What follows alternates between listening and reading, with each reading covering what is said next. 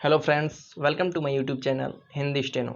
अगर आप रोजाना नए नए डिक्टेशन प्राप्त करना चाहते हैं तो मेरे चैनल को सब्सक्राइब करें। यह डिक्टेशन उच्च गति अभ्यास खंड 2 से है। डिक्टेशन स्टार्ट होगा 5 सेकेंड बाद।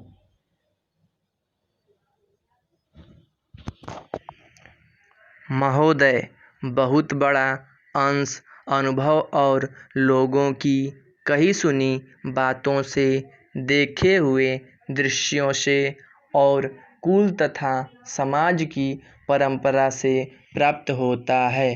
सिनेमा इस सभी प्रकार के ज्ञान की प्राप्ति में सहायक हो सकता है, क्योंकि यह मनुष्य की दृश्य और श्रव्य अनुभूतियों के क्षेत्र को बहुत ही बढ़ा सकता है।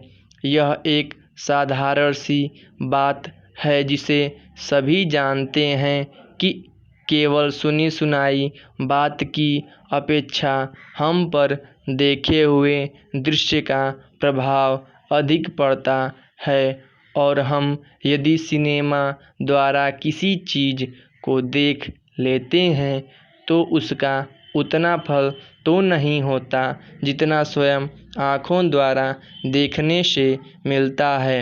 उससे तो कहीं अधिक अमिट छाप किसी के सामने किसी दृश्य के वर्णन करने से पड़ती है। मन बहलाव के भी साधन कितने ही प्रकार के होते हैं।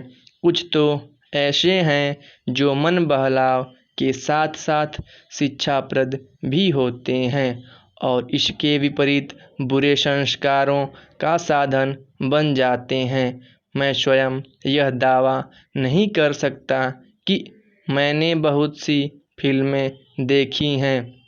सच पूछिए तो मुझे बहुत कम फिल्में देखने का अवसर मिला है, पर मेरे पास जो खबरें पहुंचती हैं, बहुतेरे विश्वसनीय भाइयों और बहनों द्वारा जो शिकायतें पहुंचाई जाती हैं, उनसे मालूम होता है कि बहुतेरी फिल्में दूसरी कोटि की हैं, जो शिक्षा अथवा मन बहलाव का साधन न बनकर बुरी वासनाओं को जागृत करती हैं, विशेषकर युवाओं के चरित्र पर बुरा प्रभाव डालती हैं।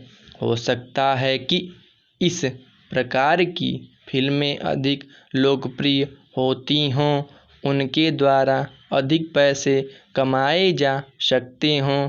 कुछ लोग यह कह सकते हैं कि फिल्म निर्माताओं का काम ऐसी फिल्मों को बनाना है जो लोकप्रिय हों, क्योंकि वे एक प्रकार की मांग को पूरा करती हैं।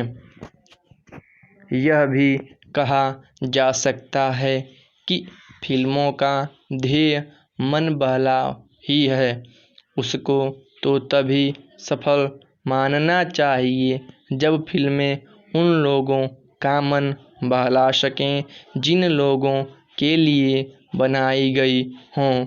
ये सब बातें बहस के रूप में कही जा सकती हैं, पर मैं चाहूँगा कि कोई भी सिनेमा हो अथवा फिल्म के बनाने वाले हों, वे यदि अपना कर्तव्य समाज सेवा समझते हैं, और उन्हें ऐसा समझना भी चाहिए, तो उन सब के लिए ये सब बातें यदि अग्राह्य नहीं तो गौण अवश्य हैं, और उनका मुख्य उद्देश्य तो सेवा ही होना चाहिए। सेवा तभी तक सेवा रहती है जब तक वह सेव्य का हित करे, न कि उसे गिराए। इसलिए मैं चाहूँगा कि फिल्म बनाने वाले इस पर विचार करें कि उनका उद्देश्य क्या है।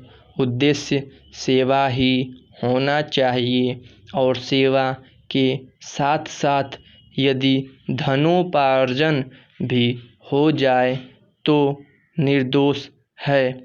यदि धनोपार्जन ही उद्देश्य हो और सेवा न हो तो वह अग्राह्य होना चाहिए।